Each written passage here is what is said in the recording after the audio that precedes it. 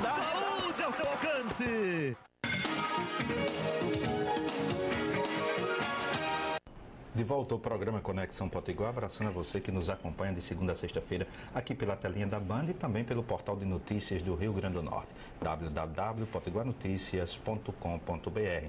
No bloco anterior, nós deixamos uma pergunta para o nosso entrevistado de hoje, o presidente da Petronor, Eudo Laranjeiras, e é a questão do preço, como é que é formado o preço da tarifa. Está nas ruas os passageiros, as pessoas, os usuários de ônibus reclamando. E muitas vezes se fala numa caixa preta da tarifa. Existe a caixa preta e como se constrói, como se chega ao preço da passagem que o trabalhador paga ao subir no ônibus? Essa é uma pergunta excelente, porque na realidade a gente precisa desmistificar a tarifa. A tarifa, primeiro a pessoa precisa entender que quem faz a tarifa é o governo do estado, é o gestor. É a prefeitura, eles são os gestores. Então eles é que tem que dar publicidades, eles é que tem que dizer como que foi. Outro lado, é que as pessoas precisam saber, de Natal, do estado também, que quando ele está pagando a passagem dele inteira, ele está pagando os 50% do estudante, que ele está pagando todas as gratuidades que estão andando dentro do ônibus, tá certo? Então isso é um subsídio cruzado, quer dizer, as pessoas que pagam, eles estão subsidiando as pessoas que não pagam ou que pagam metade. Esse é um problema que as pessoas precisam saber. Por outro lado, como é que é feita a tarifa? Nós pegamos todos os insumos, pneu, o preço do ônibus, o óleo diesel, todos que compõem o custo pessoal, tal, tudo isso, você faz uma conta. E você divide este montante pela quantidade de passageiros transportados, pagos. O que é que eu quero dizer com isso? Cada 2 estudantes equivale a 1 passageiro. Então, se eu tenho 100 passageiros de estudante, ele só entra na tarifa 50, porque 2 vale 1. Então, esse total de passageiro, que é o famoso IPK. Este IPK, você divide, né, o custo por esse IPK, é o passageiro transportado pela quantidade de quilômetros. Índice de passageiros por quilômetro, IPK.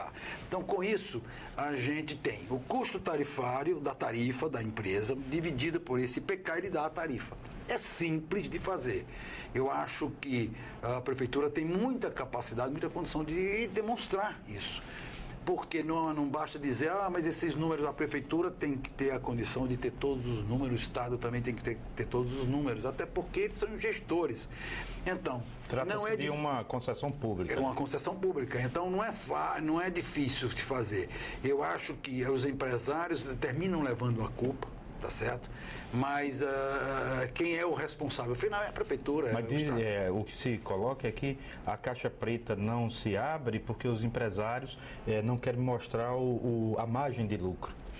Olha, veja bem, margem de lucro, o lucro não pode ser perseguido. O lucro é justo, o lucro é real, o lucro é uma coisa que, infelizmente, às vezes no Brasil se critica o lucro. Pelo contrário, o lucro é o que é a parte boa de qualquer trabalho. O trabalhador, ele trabalha para receber um salário, o empresário trabalha e investe seu capital para ter um retorno. Então, mas não é... Quem tem esses números é a prefeitura, é o Estado. Quantos quilômetros foram rodados, quantas pessoas foram transportadas, qual é o preço de um ônibus, qual é o preço de 1 litro de óleo diesel. Ele não vai saber se eu gastei 200 litros ou 100 litros. Pelo preço de 1 litro de óleo diesel, ele consegue fazer porque ele tem a quantidade de viagem, ele tem a quantidade de quilômetro rodado, tá entendendo?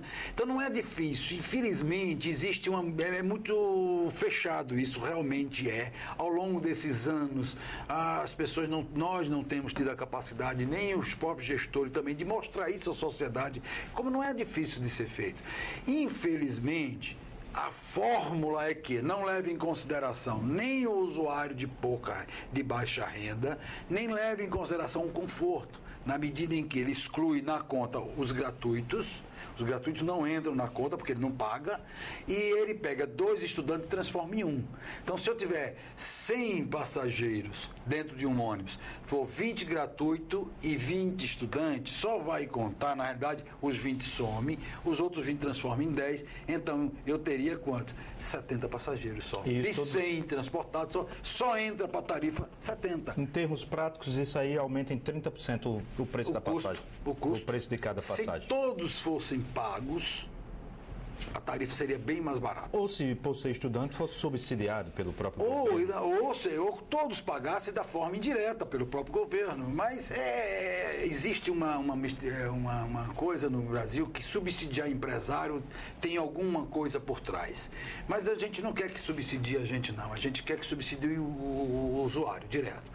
Dê lá, compre as passagens, dê para as gratuidades, compre a passagem, dê ao do estudante, está entendendo? Ele dê às pessoas, não precisa dar para nós, não. Porque com isso ele consegue reduzir as passagens.